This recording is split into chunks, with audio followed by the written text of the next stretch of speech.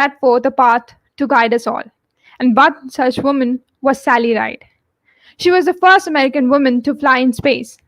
In 1978, she finished her PhD in physics at Stanford University and simultaneously was selected as an astronaut candidate by NASA. Then, after 5 years of training, she finally flew on the Space Shuttle Challenger in 1983. She flew on the Challenger again in 1984. After the Challenger disaster in 1986, Wright served on the team that investigated the cause of the explosion. She was also involved in the investigation of Space Shuttle Columbia's crash and was a major driving force in motivating young women to pursue science. And she devoted the final years of her career to the cause. What a great pioneer woman she was. I would like to thank Gen X Space and the Space for partnering with us and helping to make this event a great success. Also, to mention, there's a special workshop on health and hygiene after the panel discussion on the Zoom links that's been provided to the participants. So, do join us. I will now request Ruchira to come up here and continue the program. It was really a stunning story, Mehak. Moving forward from the story, let me tell you all about myself. I personally love to sketch, paint, dance, and also to read and watch science fiction. I'm very sure and I believe everyone in the audience, including me, we are all very huge fans of the movies like Interstellar and Martian, aren't we? Of course, we are. So, I personally feel that modern science fiction is the only form of literature that considers all the obstacles and the challenges that we'll be facing in the near future while exploring space. There is another quote which says that art should become science and every science should be an art. So, to discuss on this very same point, today's panel discussion is on the topic of role of art and literature in the space industry. And to discuss this on the panel, we have Nicole Stott, who is a former NASA astronaut and founder of Space Art Foundation. Then we also have Giulia Carla Bassani, who is a science fiction and non-fiction writer and an aerospace engineering student. I welcome you both to the panel discussion. To moderate this exciting panel, we have Pooja among us. Pooja has about 8 years of experience in stargazing and had started her journey with making her own 4-inch telescope at the Nehru Planetarium, Mumbai. After working with the planetarium for about more than 4 years, she picked up all the tricks of the trade. And now she is exploring the art of storytelling to communicate astronomy while pursuing her PhD in outer space politics. With this, I call upon Pooja to take the charge and proceed with the panel discussion. Over to you, Pooja. Thank you so much, Ruchira, for that kind introduction. I am very, very excited for our panel today. Let me introduce our stellar panel first. First and foremost, we have Nicole Stott, who is an astronaut, an aquanaut, and an artist, more importantly, who has spent over 100 days in space on the International Space Station. She was also the first person to paint with watercolors on the ISS during her ISS expedition. And after almost 28 years of a career with NASA, she founded the Space Art Foundation, and she speaks to audiences all throughout the world regarding art and space and how to connect the two. She's featured in National Geographic's One Strange Rock, and more excited thing is the fact that we've just had her new book launch recently, which is Back to Earth, and we'd love to talk to her about that as well.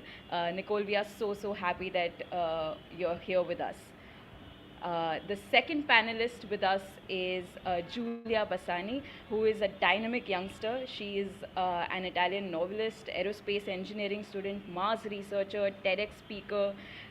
She's been a part of many science projects, whether it be an ESO astronomy camp, where there were 50 international participants doing night observations and analysis, or it be reaching to the semifinals of the Odyssey Space Contest, presenting her work as an autonomous space base on Mars. So she's done a lot of work, and she's also published two novels.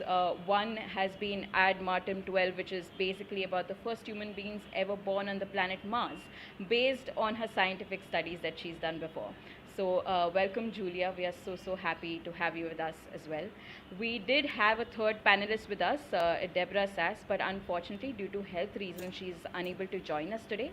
But we will continue our discussions with Nicole and Giulia. Welcome, both of you. Thank you. Thank you, Pooja. Nice to be here. Nice to meet you, Giulia. Nice to meet you too. Such a honor. Right. So I'm going to dive in with my first question. This is something that I've been dying to ask you. I love the arts as well. I'm wearing, in fact, a T-shirt that a friend of mine painted with all the constellations on it. I thought you would really be fascinated by that, Nicole. And I wanted to ask you: has there been any one piece of art or literature or poem that has had a real impact on you, growing up vis-a-vis space?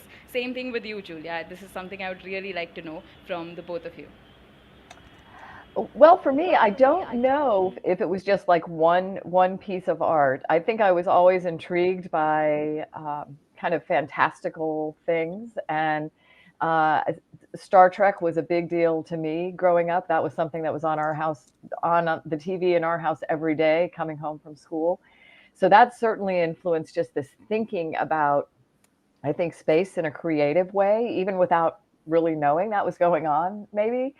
And then going on through life, discovering artists like Robert McCall, and artists and astronauts like Alan Bean, and even later in my career, finding my colleagues, kind of my peers, like Karen Nyberg, who's one of the most talented artists I've ever met, and also finding out that Mike Collins was a painter, and Al Warden, these Apollo guys that you think of as just like, Apollo guys, was a poet. And that's how he shared his whole experience of flying in space. And then people from a science standpoint, like Robert Goddard, who is known as, at least, as the American father of rocketry, was a painter. And so I think it speaks a lot to how these people really discovered somewhere along the way that using their whole brain is a good thing. It's a meaningful thing. And yeah, but I look for it all over. I look for the art all over. Cool. For me, so there were many things that brought me to become very passionate about space, but I think something in the very beginning was this series of books by Stephen Hawking and his daughter Lucy Hawking. I have them in Italian, but like I guess this was the first one, George's Secret Key to the Universe, and then this was like George and the Big Bang, I guess. Now this is in Italian, so probably you can't recognize it, but there was something inside this book that was this picture. So Hubble Deep Field, where every single dot is a galaxy. And I was probably 12 years old and I still didn't know much about space because I mean, I've become like passionate about space later on. Like it wasn't a childhood passion. I've learned to love space like growing up. But this was like a picture that when I saw it and when I realized what it represented, I literally cried. Like it was so deeply shocking to me. And I think that was when I first like got interested in space and I realized, wow, I need to learn more about this. I need to have this be part of my life, I guess. And Giulia, Pooja, do you mind? I just am so happy to see you show something like that, because I think some people would say, Pooja asked the question, what piece of art inspired you? What do you think? And some people would look at that and say, oh, well, that's a picture from, some space hardware I mean, that's a picture. Yeah. Why would you think of that as art, right? But it is, right? It captures your imagination. It like sucks you in.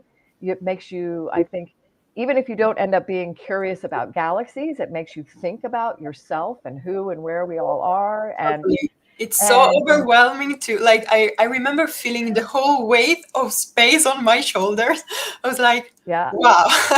It's really, and I love, as you're telling the story, I have a very similar experience as a kid, probably about the same age that you're talking about, but with a National Geographic magazine, where it was an edition on space, and they always have the posters like that you pull out in the middle. And as a kid, I would always go to those first. I remember sitting on my bedroom floor, pulling that poster out, and it was a similar kind of image, but it was this oval drawing of what was the known universe, right? And the thing that really intrigued me after like finding out where I was in the picture and then looking more at all of what was around it was the edge of that oval drawing that was bordered by this white piece of paper. And I remember thinking, oh my gosh, what's all this white stuff? As a kid, I was like, is that heaven? Is that the unknown universe? Is it just what we don't? And it was so strange to me to think, is that infinity? Is this what infinity means? That this just keeps going on and on? And to this day, that's still, and I'm guessing that picture that you showed to this day still kind of lures you in to, I don't know, to make you think like, wow, we know what we know, but there's so much more. There's so much more out there that we still, and I don't know if we'll ever figure it all out. And that's probably okay. But it's so cool. And it is artistic, right? Absolutely. Yeah, that sounds amazing, and I completely relate to that. In fact, you spoke of a lot of names, Nicole, and one name that came to my mind is I actually came across this poem by Astronaut Story Musgrave, and he's written this book called Cosmic Fireflies, and there's this small short poem that he's written, which is basically his experience on the space station, and that was so inspiring for me when I read it for the first time. That these are the words someone thought of or wrote down when they were actually looking at the spectacle of Earth from the space, and that was so great for me to even think about. Do you have something that you have painted that or that really inspired you when you were up there, when you created something? Well, yeah, I think that's been kind of my path really since flying in space, wanting to share the experience of what's going on in space and in kind of a unique, creative way, right? Everybody should know there's an International Space Station. Everybody should understand that we live on a planet, right? I mean, that's a pretty cool thing to consider. I don't think we think about that often enough in our daily lives. And for me, the inspiration was, like with Story, was the Earth, like what I was able to experience, to see, to feel out the window. And there is no shortage of inspiration in that. I mean, you could just click a picture out the window and it's whatever it is, it's going to be inspiring in one way or another. For me, though, I think the most inspiration I got was from the image I chose to paint while I was in space. And that was of this beautiful little tiny chain of islands on the northern coast of Venezuela called Las Rocas. And I remember why it really hit me was that when I looked out the window, floating in the window, looking at it, and that it looked to me like somebody had already painted, like somebody had reached a big paintbrush down and painted a wave on the ocean. And that's what it reminded me of. And so that I knew when I was in space was going to be the inspirational photo for what I painted while I was there. And it's inspired me ever since. When I look at that, I think about that whole kind of human space flight, to paint in space. That's a very human thing to do. It's not the sciencey stuff to do. It's not the technical side of things. It's kind of putting ourselves in that place, right? And so I think about it that way. And then it also helps me remember just kind of overall the time and blessing of spending that time in that really special place. That's amazing. Thank you so much. I'm going to perhaps go ahead and stalk that photo of yours, just because I know the backstory now.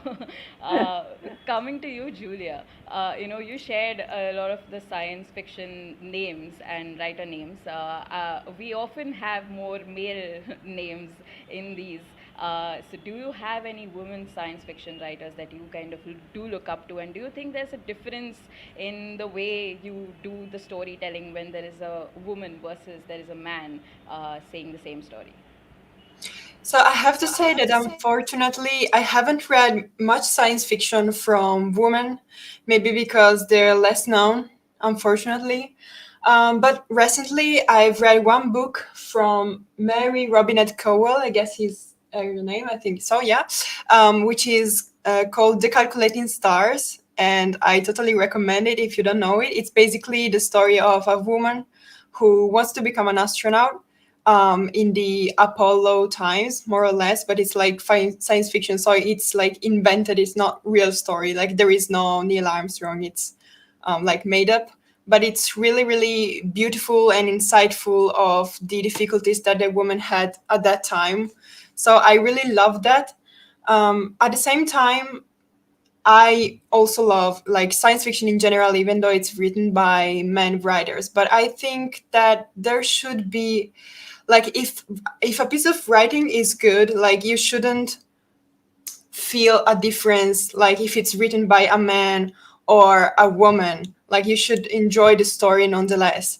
Also because like for example, I've written stories like with female main characters and male characters, and when I was to write something with a male character, I at first I was like a little like uncertain, like I'm a woman, am I going to go am I going to write it right or am I going to do it wrong? Like I had some insecurities at first, but then I realized that that was not really a problem because I was just going to like describe and create and be another human being, and it didn't matter if it was a man or a woman. Like that was not distinctive, I guess. Like he or she was going to be I don't know, strong or I don't know, with how can I say, features, characteristics that are not distinctive of a man or a woman. So that's the way I think it.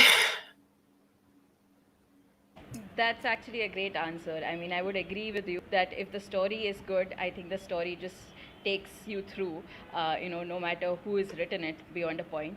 But the reason why this actually struck me is also because we had the recent graphic novel series that NASA launched, the first woman, about the first woman going on moon. And that was very exciting, and that led me to think that, do we have more, women-centric or more female science fiction writers, which is why I asked you this question. But I'm so glad to know your point of view on that. Speaking of books, I really want to know what inspired you to write your book, Nicole, Back. If you could share with us a little bit about that, it would be great. Yeah, and I just I want to follow on to Giulia a little bit too, and just say thank you for that answer, because I think that it's like everything where would be really nice if we could get to the point where we're not questioning, okay, did a man write this? Did a woman write this? That we just like get ourselves into the story and enjoy Just it. enjoy it. Yeah, and it makes me think about the whole idea of encouraging young women to get into STEM. I mean, I have a son. I wanted to encourage him too, and my message was always that the rocket ship doesn't care if you're a boy or girl, right? It's going to just respond in its mechanical way based on the inputs that it gets. And it's not checking first if it's a man or woman that's operating. It's just what skill is coming to it, right? So that's what we got to bring. We got to bring our goodness and our skill to things. Pooja, thanks for asking about the book. I'll show it. Because I just got like the first hard copies in. It's so exciting. Giulia, you know this feeling too, I'm sure, in one way or another, right? Yeah. With the writing. It's so beautiful. It really, I didn't think that it would make me like, there's kind of a heart thing going on. It's, not quite having a child. I can't go that far, but it's something. It's something we create and we've brought to life, and we want to see it. We want to feel it, right? Well, it's not a memoir. I'll just start by saying that it's not intended to be that way. There are stories, certainly from my spaceflight experience, from my life, that play into it, kind of as parallels to what the different subjects are. It's really meant to be more about how have we done this amazing thing? We've gone as this international community, right? We've built this mechanical life support system in space, this International Space Station, to mimic as best we can what Earth does for us naturally. And for over 20 years, we have lived and worked together, doing the science there, doing the maintenance, the assembly of the station in such a peaceful and successful way. And how can we take this really wonderful example that this program has brought us and bring it back to Earth? Really find the ways for us to highlight what goes on the space station in a way that allows us to know how we can also be living like crewmates here, not passengers on spaceship Earth too. And I think it's just a wonderful parallel. I try to showcase some of the work that's going on station that I think is less known, and that is ultimately all about improving life on Earth. And then also have interviewed some people that I think are really extraordinary. And there's so many of them. You know, you could have thousands of chapters describing the people who already, I mean, you two women could be in this book, you know, how people are living like crew down here and the actions they're taking to, you know, and to ensure that our life support system will continue to support us and that we not only survive, but we thrive, just like we do on the International Space Station. That's amazing. So the book is actually available in India now, and I've just ordered my copy today. Yay. So I'm really excited to read it now. Before, I know you have to leave in 10 minutes, and before that, I have two quick questions for you, Nicole. Okay. So I'm just going to shoot both of them at you, and you Okay. answer at your own pace. All right. One is, of course, you spoke about STEM education, and I've been thinking about like the way you've been working with the Space Art Foundation, and what do you think about STEAM and STEAM education, and how could we integrate that better? What are your thoughts on that? And the second more important question is, if you were given the opportunity to empower women in space, how would you do it? Wow. Okay. So yeah, I'll answer the first one first. That's easier. Well, yeah, I think everything that I've been doing, even while I was working at NASA as an astronaut, I think already was incorporating that A into the STEM, you know, kind of. I'm not a huge fan of all these acronyms anyway. I think we just need to be pulling in the best of what we have around us to solve problems, right? And I'm going to show you one thing if I can find it here. My little guy who's on my desk all the time. When I first started work at NASA, I had a really wonderful boss at the time, leader and mentor, who encouraged all us young engineers to think about things in a way where we went into it believing, first of all, believing there's a solution to every challenging problem, right? I mean, that's how we walked on the moon. That's how we're doing what we do in space. That's how we'll solve our problems down here on Earth. And the motto for all that we did was, here's how we can, not why we can't, right? And I mean, that's just it's so simple, and yet it's so perfect for everything. And I think what it does then is it drives us to use all of our talents. And that's why I love this idea of STEAM, even though I'm not a huge fan of acronyms, right? I want us to keep doing these things, bringing the tech and the art together, even when the acronym isn't around anymore. I think that's the important part of it. Now, in the work we're doing with the Space for Art Foundation, our motivation in that is really more, I mean, we have our 3 tags are space, art, and healing. And that's because basically we're doing space-themed art therapy projects. And that's with kids all over the world. Our motto is that we're uniting a planetary community of children through the awe and wonder of space exploration and the healing power of art. This is an example of some of the stuff we've done. We're collecting individual pieces of artwork from kids in hospitals and refugee centers all over the world. And then our real spacesuit company, ILC Dover, the company that made my spacesuit that I used for a spacewalk in space, has volunteered with us since the beginning to quilt all these kids' art together to help them be part of something bigger, right? And the more important thing is that I think by working with these kids, we're instilling in them, all of them, this understanding of, first of all, their role as crewmates, you know, as Earthlings, but also this understanding of space and art coming together in a meaningful way, allowing them to think beyond that experience they're having in the hospital or the refugee center to a positive future. And that's a really important thing, I think, to be a part of. And it does, it brings the technical and the art together in kind of a different way than what might be normally thought of. And then the second question, oh my gosh, that's a tough one, you know, because I think these kinds of things we're doing right here, this is a really important part of what you're asking about, is how how do we, as women, just become more and more present in all of our communities to make the reality of what can happen for young girls present for them. And I think that's a big deal. We need, with kids very young, to show them what's possible and that there are examples of that out there. And it seems like a really simple thing, but I think for young girls especially, there is a see it, be it kind of thing. Young girls, I think, want to relate to who's talking to them about the experiences that they've had and the opportunities that are out there, and they need to see it happening. And I think the more that happens, then perhaps we'll get to the point where that's not necessarily required. They'll just be looking like the boys do in the class. They'll just be looking at whoever's up at the front of the classroom on career day and saying, oh, is that cool? Do I want to do that? And then just going for it from there versus having to see a man or a woman doing it. But at this point, I think we're still in that place. That is beautiful. First of all, the work that you do with Space for Art is just amazing. I feel the way you've just connected both the domains is truly phenomenal. And I still have 4 minutes, so there's Okay. one more. There's one more audience question that we've got, which I think is specifically for you, because the question is, you know, do astronauts get a feeling of height from the space station? So if you could answer that, please. Yeah, I think you absolutely do. You know, you realize you're in this place. First of all, in your head, you know how high up you are, right? You know this number, that 250, 300 miles, whatever it might be, above the planet. So you know what that number is.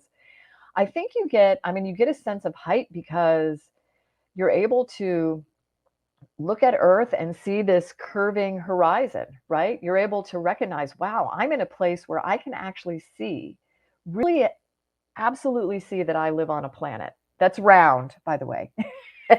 You know, that it is a planet in space. And that alone, I think, gives you this sense of height.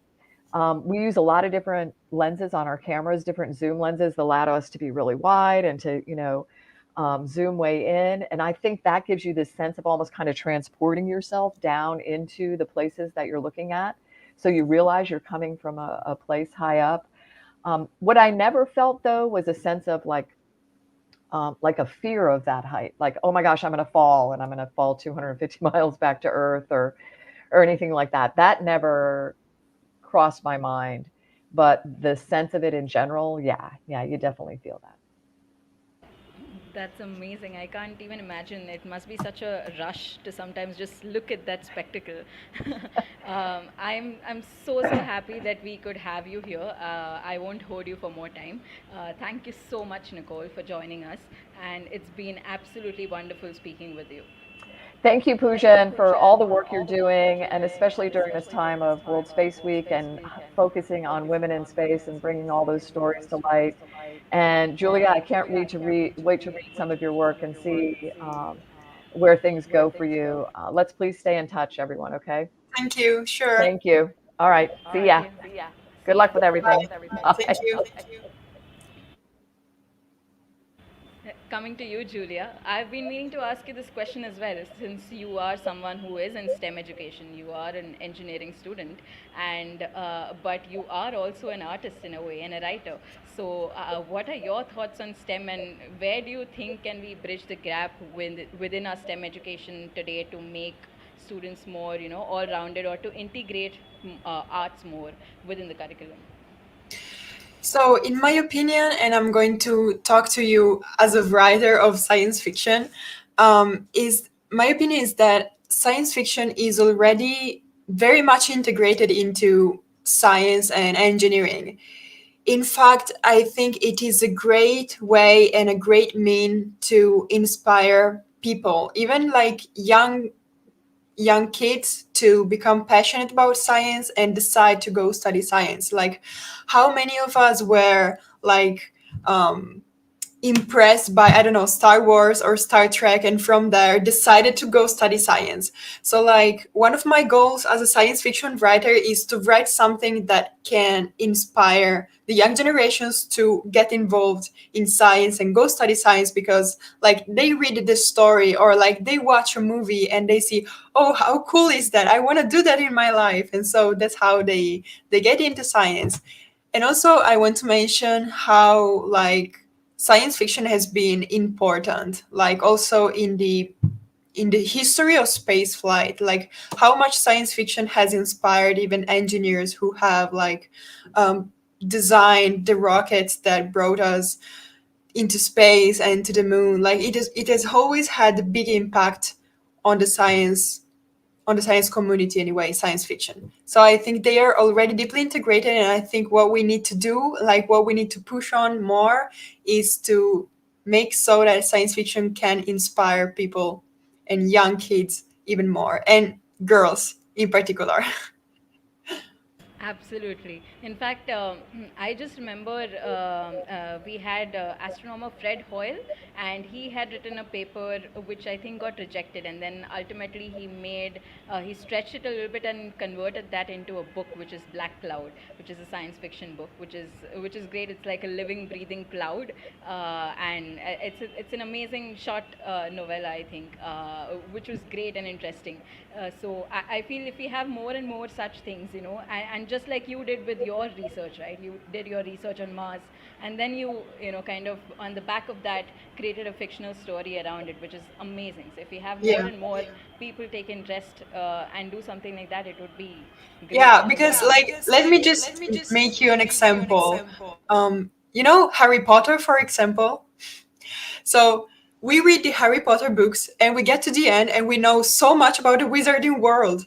No? So if we write a story like set in space or set on Mars that is just as enthralling as Harry Potter is, and like you can become as passionate, then imagine how much you can learn. Like you get to the end of the book that you know so much about spaceflight. So like that was one of my goals actually when I wrote at Martin 12. I wanted to write a story that would be realistic and that like people would read it and become like passionate about the story, but by the end of the book they would know something about the reality of space flight to Mars.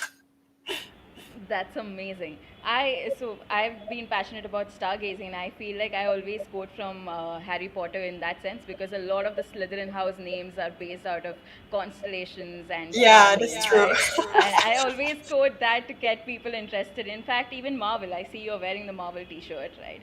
So many Yeah. of the characters and the entire Nordic, stargazing constellations are a part of the Marvel Cinematic Universe. So it's just great when you have some sort of like fiction or story aligned, human story rather, aligned with what we know of from science. It's just great to spark off any conversation. Yeah. Yeah. So the other question that I had for you is, if people are there is this huge debate about gender disparity, which is quite open. And with World Space Week, we've even had Marcus from UNOSA come and make a presentation at SSERD, and he spoke about how the numbers are really, staggering with the number of women in space. You're an engineering student, and usually it is said that there are very few female engineering students compared to male engineering students, though the ratios are turning over now. Do you feel that you are more in a space where there are more men versus women when you're studying, or so, or you've never felt that? So I can say that it is changing a bit. Like when I was at high school and I still had to get into engineering, many people told me that there were going to be just men and I would be just around men and all that stuff.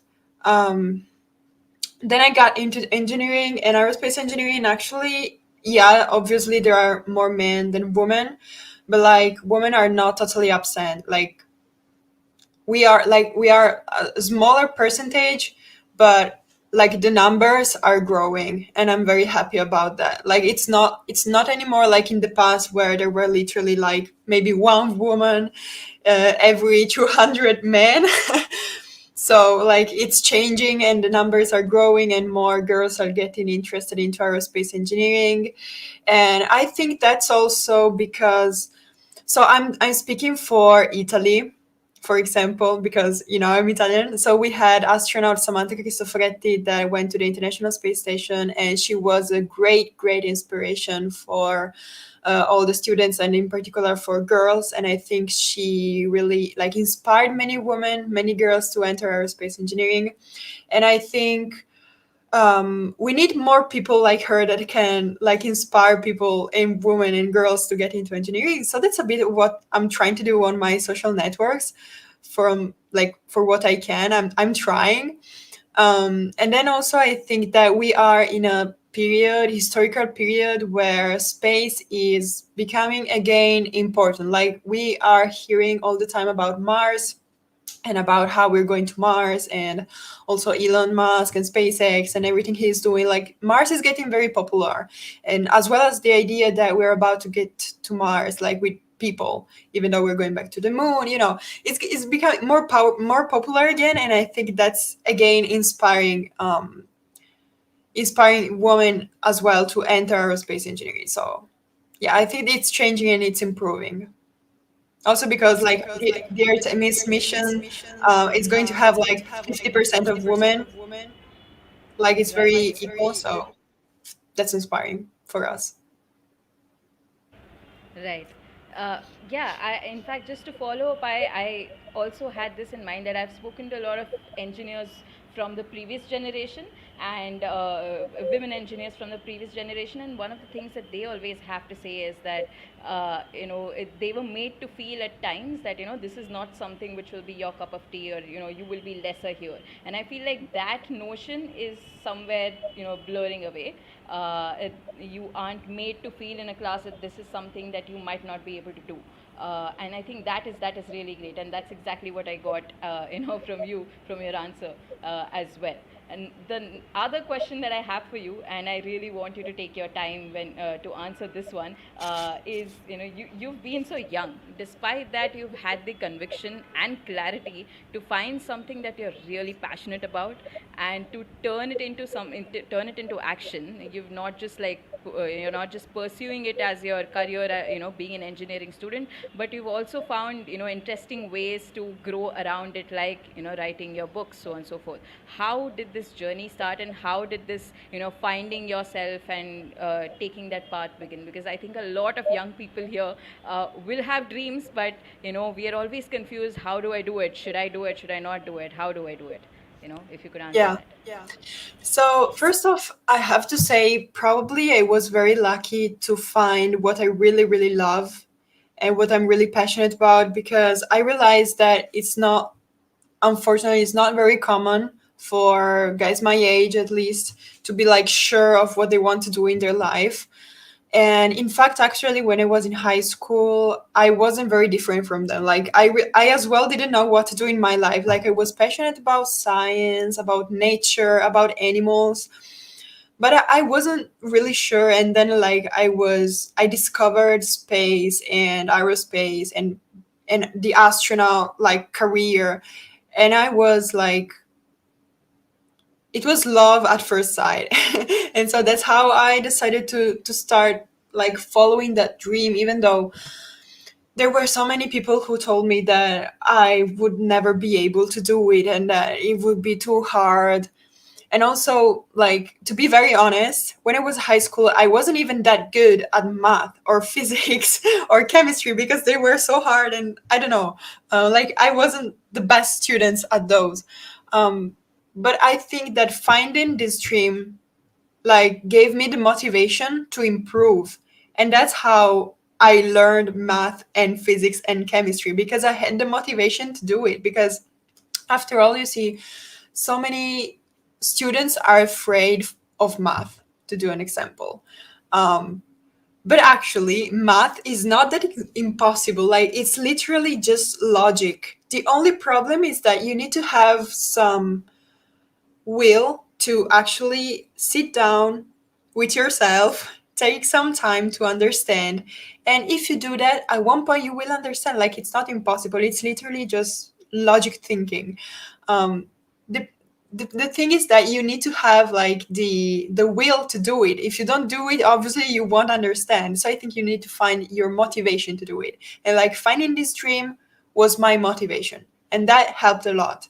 Then I got into engineering, and like my problems were not solved entirely. Like I still struggled with math and physics because I mean engineering was even harder than what I had done in high school. So, the struggle was real, but I still like had that dream that kept me pushing forward. Like that was literally the reason why I kept going.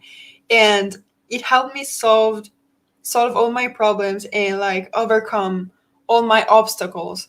Then, I don't know, I think it's also part of my personality that I'm very like this. Like when I have something on my mind, I'm just going straight for it and I don't look at anybody. Like I didn't care if my classmates were man or woman. I just wanted to go forward. But that may be just about my personality. But what I'm trying to say, I guess, for the people who are afraid, or for the girls who are afraid of science, of engineering, um, there's really no reason to, because you guys, you girls are not afraid. You're not alone. Um, we are all with you. So science needs you. Science doesn't care. Just like Nicole says, science doesn't care if you're a woman or if you're a man. It just cares if you're passionate about it and if you can bring an important contribution. So, I mean, if it makes you happy and if it's what you want to do, there's literally no valid reason for you to hold back. And like, yes, you may feel intimidated at first, but actually on your path you will find so many people that are ready to support you, and so many women that will be there for you, and you will have like so many, how can I say, so much opportunity and occasion to grow.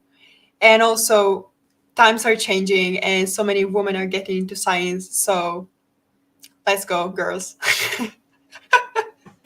Yeah, absolutely. I love your answer. In fact, if, in my own experience, I was someone who did not like maths at all. And this was at a time Classic. when I didn't, yeah, and I didn't know astronomy existed back then.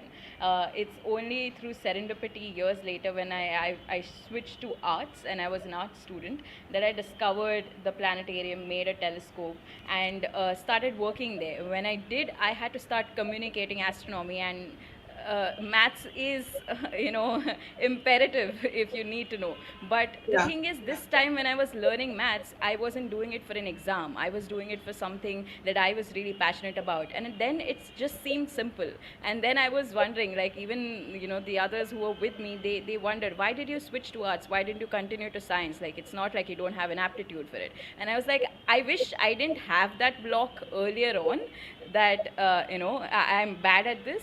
Just because I don't like it does not mean I'm bad at it. I can get my head straight and work through it. Yeah, Just need to actually, keep a little bit of patience.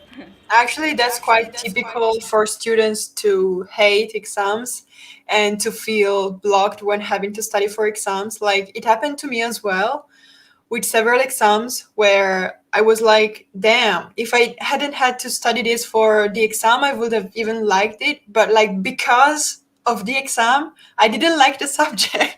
So that was quite horrible to think about. But I think that's just part of the journey, and you just, I guess, you learn to deal with it and you go on because you know you're working for something bigger that at the end of the day will pay off.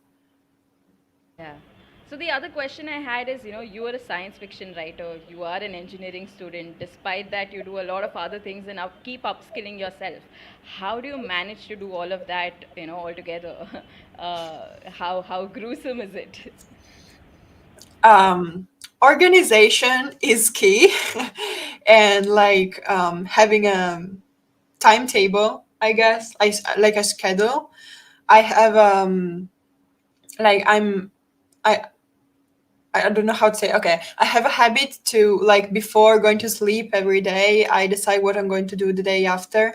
Like literally, at this time I'm doing this. At this time I'm doing this. Then deadlines are so important. I set deadlines, so I say I'm going to have to do this like within these days, and then I do it. And Also, I schedule for like breaks and relax time because that's very important. Otherwise, I'm going crazy.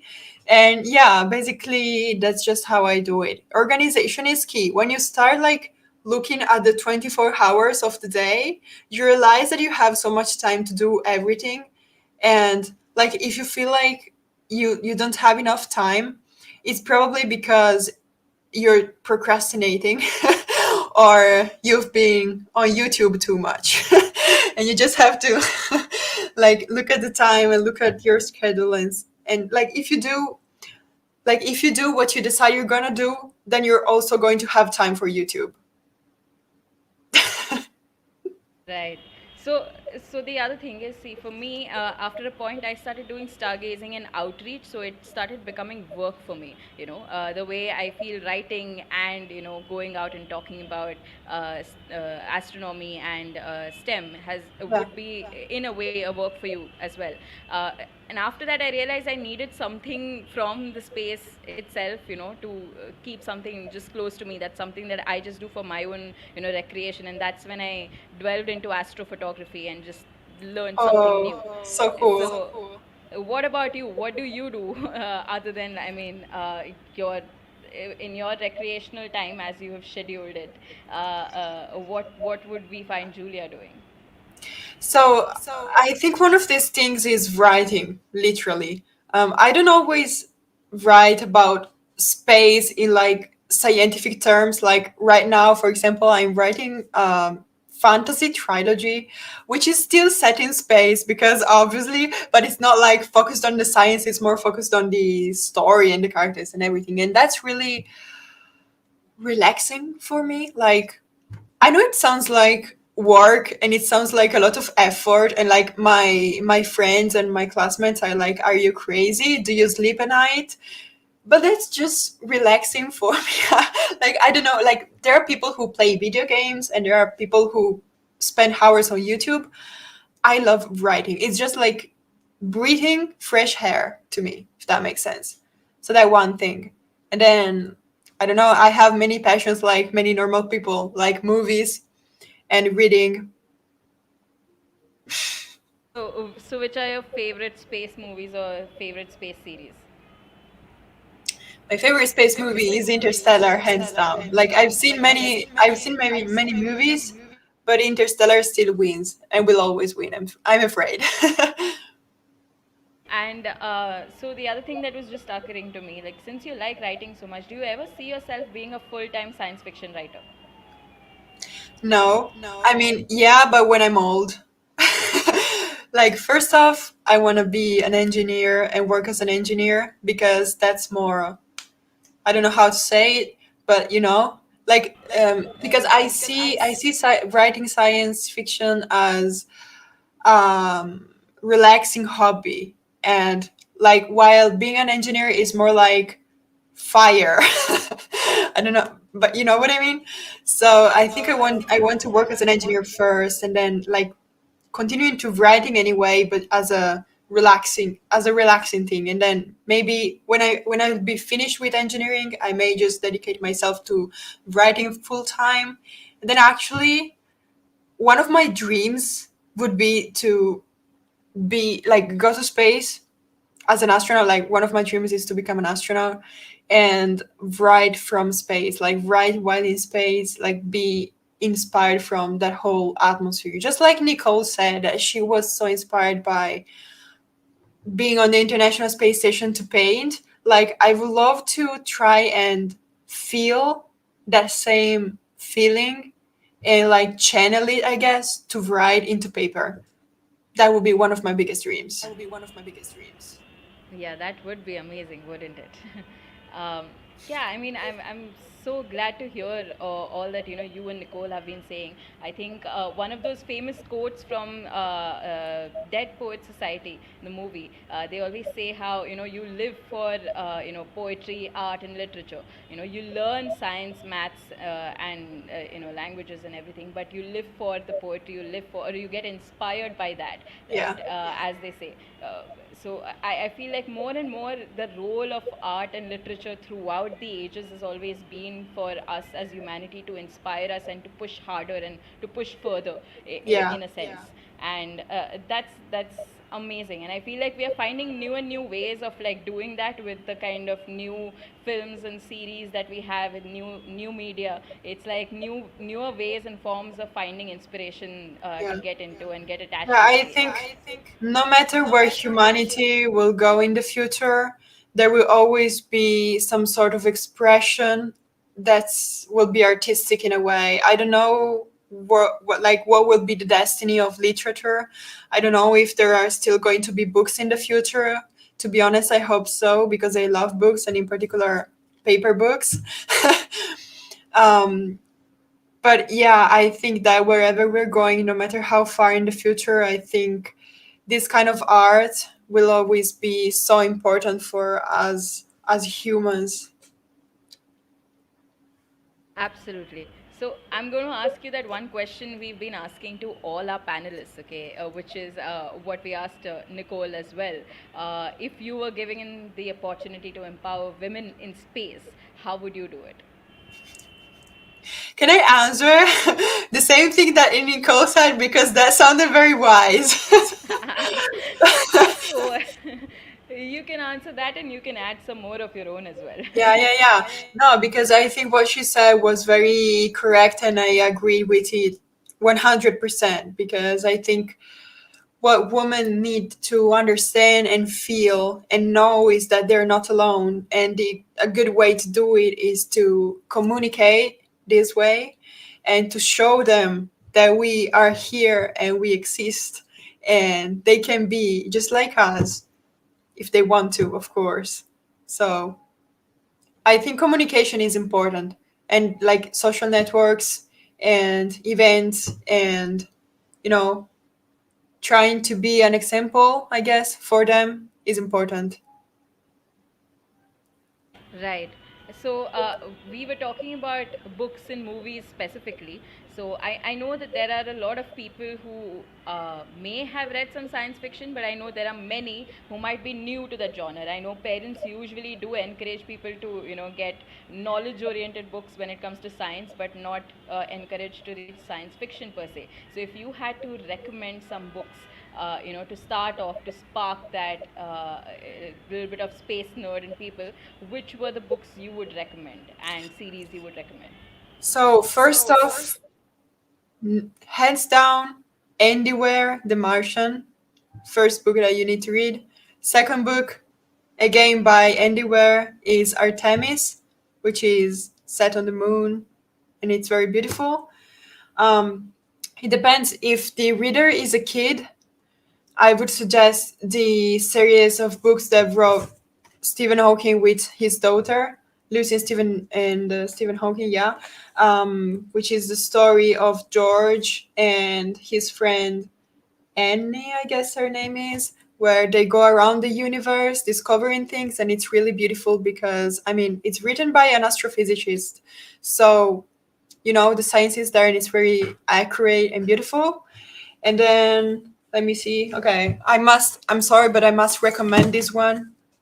This is like probably the best science fiction that I've read in the like I have obsessed over this book for like months on my Instagram. This is like the Luna trilogy by Ian MacDonald. This is a bit more for adults because it has some mature content, but the story and the characters and the way it is written, it's really like you cannot put it down once you start. So I really recommend it. But maybe like if you need to go for like steps, so you start off maybe when you're a kid you start with Stephen Hawking, then you can go to Andy Ware, then you go to Ian McDonald. Like that's the final step. Great. I'm going to ask you one more, last question. So I try to write a little bit. I like poetry, so I do a little bit of astro poetry. And there are days when I have a lot of inspiration, and then there are days when I do want to write, and I have some words, but I just can't put it all together. Or more Yeah. commonly known as writer's block. How Yes. often do you face that, and how do you get over it? Um, Sometimes it happens when, like for example, I know where I want to go with my story, but I don't know how to get there like exactly, and I don't know like how to create a scene in the best way. So what I do the most of the times is I go take a shower, and while in the shower I play music that reminds me of the situation that I need to write. Sometimes it doesn't have to necessarily be like inspiring music, like like movie soundtracks. Sometimes it's very stupid music. I don't know, like don't ask me, but it works. Like try like put on some like even like the stupid music that like makes no sense at all, like those songs that you play that you're like, I don't even know why I'm listening to this. But if you like vibe with it a bit, like you will see that words start flowing, like images start creating in your mind, and suddenly you're in the vibe to continue. Like, I don't know, it's weird, but it works for me. Like music, it makes it. I completely actually understand. I feel music does have the power to change your mood. And recently, I have discovered that there is a whole genre of space-based music. So I kind of have made it my life's mission to make sure that I listen every song which is made inspired by the space. I mean, for example, I don't know if you're aware, during the 70s and 80s in US, we had this entire movement, which was music created inspired by science fiction. So it was called, and blended with folk music. So it was called filth music, which is science fiction plus folk music. And I Nice. was just so intrigued, and I was like, okay, bring it on. Anything which is remotely in the space domain. We'll love to just experience it. And I think what you're talking about is basically, you uproot yourself and put yourself in that experience, and then try to write from that position. And I think that would be amazing, not just to like uh, write creatively, but I think for even otherwise, if you have to write your projects and assignments, you sometimes do need inspiration to Yeah, start off. absolutely. So I think that's a great tip. And yeah, with that, any last comments that you want to add in terms of how will you help women in space? That's about it, and we will then hand it over to Ruchira. Yeah, what I'm trying to do is just sharing my story, because sometimes I don't know, I guess I'm a woman in science already, like I can consider myself as such. And sometimes like people can look at me and say, oh, have no idea how she got there, that sounds so impossible, and how's that, how can she do that? And I'm like, no dude, I was at high school and I was horrible at math, and I myself have no idea how I got here. Like I got here just because I wanted to. And now like if I did it, you can do it too. So basically what I'm trying to do is just sharing my story as much as I can to show people that I can do as well. And like I'm trying to be a bit of a motivator, I guess, for girls as well, to give it a shot. Don't be afraid. And you're doing a fantastic job at that. And we have this famous quote by Mahatma Gandhi, which says that be the change you want to see in the world. And I feel like you are in some way personifying that, where we want more women to be that and do those things. And you're just living that the way you want others to look up to you and also follow the path. So Yeah. that's been great. It's been Thank you. such a pleasure speaking with you, Giulia. It's Thank you been a so much for pleasure for taking me out the too.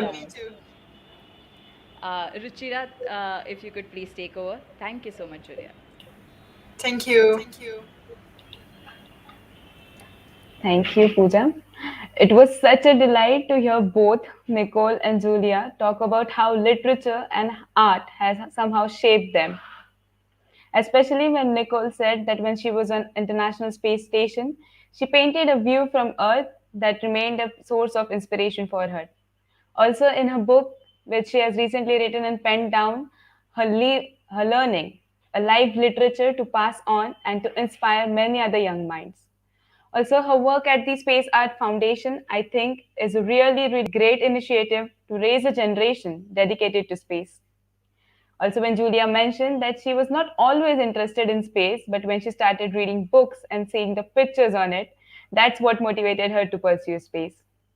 Also, when she highlighted how science fiction series, like starting from Star Trek, have inspired engineers to work on real life projects. Lastly, when Julia said that it's with same with everyone. Like we have numerous fears when we are working in the field of science.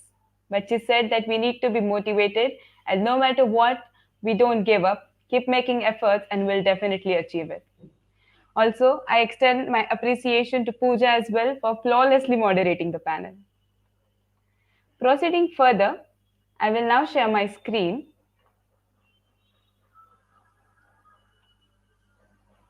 and express my sincere gratitude towards our philanthropic sponsor, GenX Space. GenX Space is an edtech company dedicated to creating and providing high quality all round space education. It focuses on providing information that students have never heard of on the topics like space medicine, space law, economics, entrepreneurship, and many more, inclusive of conventional space topics. So don't forget to check out the official website of GenX Space as they have some incredible courses, space clubs, and programs for students, university students, institutions. So do check them. Concluding, I would like to mention the events that we have planned for you all tomorrow. Tomorrow, we have a panel discussion on the topic of theory and practical applications go hand in hand. And on the panel, we have Kiara Kochiara, who is an aerospace engineer and the CEO of iSpace School. Also, we have Rachna Reddy, who is a space engineer and podcaster. Ritu Sorek, who is an astrobiologist, researcher scientist at Dead Sea and Arva Science Center.